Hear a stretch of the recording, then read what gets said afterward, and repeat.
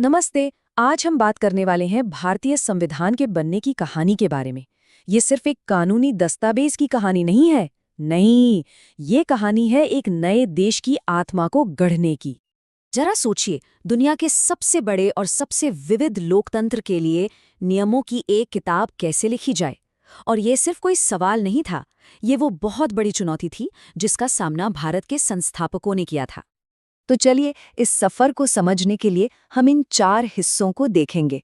पहले तो राष्ट्र का ब्लूप्रिंट क्या था, फिर संविधान सभा ने कैसे काम किया, संविधान के मूल स्तंभ क्या है, और आखिर में ये कैसे एक जीवंत दस्तावेज है। तो चलिए, समय में थोड़ा पीछे चलते हैं। बात है 1940s के दशक के आखिरी सालों की, जब भारत को आज़ादी मिली ही थी। वो एक ऐसा पल था जिसमें जीत की खुशी भी थी और बहुत बड़ी उथल-पुथल भी। देखिए, 200 साल की गुलामी के बाद भारत आज़ाद तो हो गया, लेकिन अंदर से बहुत बटा हुआ था। भाषाएं अलग, धर्म अलग, और ऊपर से बंटवारे का वो दर्दनाक जख्म। ऐसे में करोड़ों लोगों को एक साथ एक देश में कैसे जोड़ा जाए, ये काम बहुत ही ज्यादा मुश्किल था। तो सवाल ये है कि इस चुनौती का सामना किया कैसे गया। चलिए जानते हैं उन नेताओं के, उस समूह के बारे में जिन्हें हमारे संविधान को लिखने का जिम्मा सौंपा गया था। और देखिए, ये कोई 1-2 दिन का काम नहीं था। दिसंबर 1946 में पहली मीटिंग हुई और वहां से लेकर नवंबर 1949 तक, जब आखिरी ड्राफ्ट तैयार हुआ, लगभग 3 साल तक लगातार बहस हुई, चर्चाएं हुई, और तब जाकर बड़ी ही सावधानी से भारत के भविष्य की नींव रखी गई। इस पूरी कोशिश के केंद्र में थी ड्राफ्टिंग कमेटी, और इसकी कमान थी दूरदर्शी डॉक्टर B.R. अम्बेडकर के हाथों में। उनकी टीम का काम था कि जो बड़े बड़े सिद्धांत थे, जो विचार थे, उन्हें बिल्कुल सटीक कानूनी भाषा में ढाला जाए। इसी वजह से तो डॉक्टर अम्बेडकर को भारतीय संविधान का जनक भी कहा जाता है। और उनकी सोच कितनी प्रैक्टिकल थी, ये इस बात से पता चलता है। उन्होंने कहा कि हमें दूसरे देशों से अच्छी बातें लेने में कोई शर्म नहीं है। ये कोई आंख बंद करके नकल करना नहीं है, बल्कि दुनिया भर के संविधानों से जो सबसे अच्छी चीजें थीं, जो भारत के लिए सही थीं, उन्हें हमने अपनाया। तो आखिर इतनी मेहनत के बाद बना क्या? चलिए अब इस दस्तावेज की आत्मा को समझने की कोशिश करते हैं। वो वादे और वो सिद्धांत जो इसे आज भी प्रासंगिक बनाते हैं। संविधान का पूरा सार अगर कहीं मिलता है तो वो है इसकी प्रस्तावना में।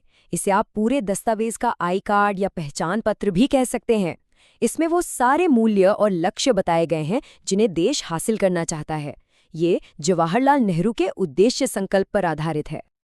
और जब हम इसकी विशालता की बात करते हैं ना, तो ये नंबर 395 अपने आप में पूरी कहानी कह देता है।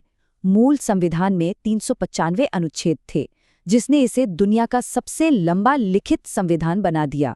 इसमें शासन के हर पहलू पर ध्यान दिया गया था।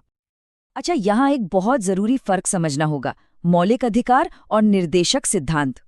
देखिए, मौलिक अधिकार वो हैं जो सरकार किसी भी नागरिक से छीन नहीं सकती। ये एक तरह से नागरिक की ढाल हैं और इन्हें अदालत में लागू करवाया जा सकता है। दूसरी तरफ निर्देशक सिद्धांत हैं जो सरकार के लिए एक रोडमैप की तरह हैं कि देश को किस दिशा में काम करना चाहिए। इन्हें अदालत में लागू नहीं किया जा सकता, पर ये शासन के लिए मार्गदर्शन का काम करते हैं।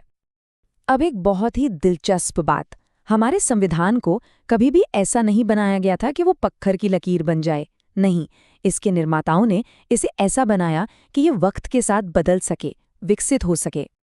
और ये हमारे संविधान निर्माताओं की दूर की सोच को दिखाता है।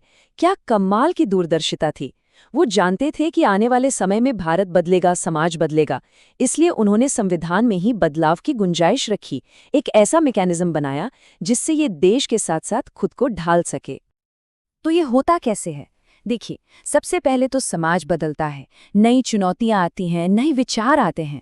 फिर संसद के पास संविधान में संशोधन करने की शक्ति होती है, और आखिर में हमारी न्यायपालिका यानी जुडिशरी नए जमाने की जरूरतों के हिसाब से संविधान की व्याख्या करती है।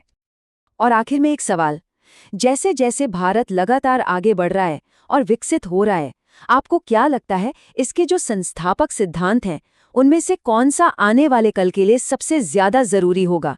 इस पर जरूर सोचिएगा।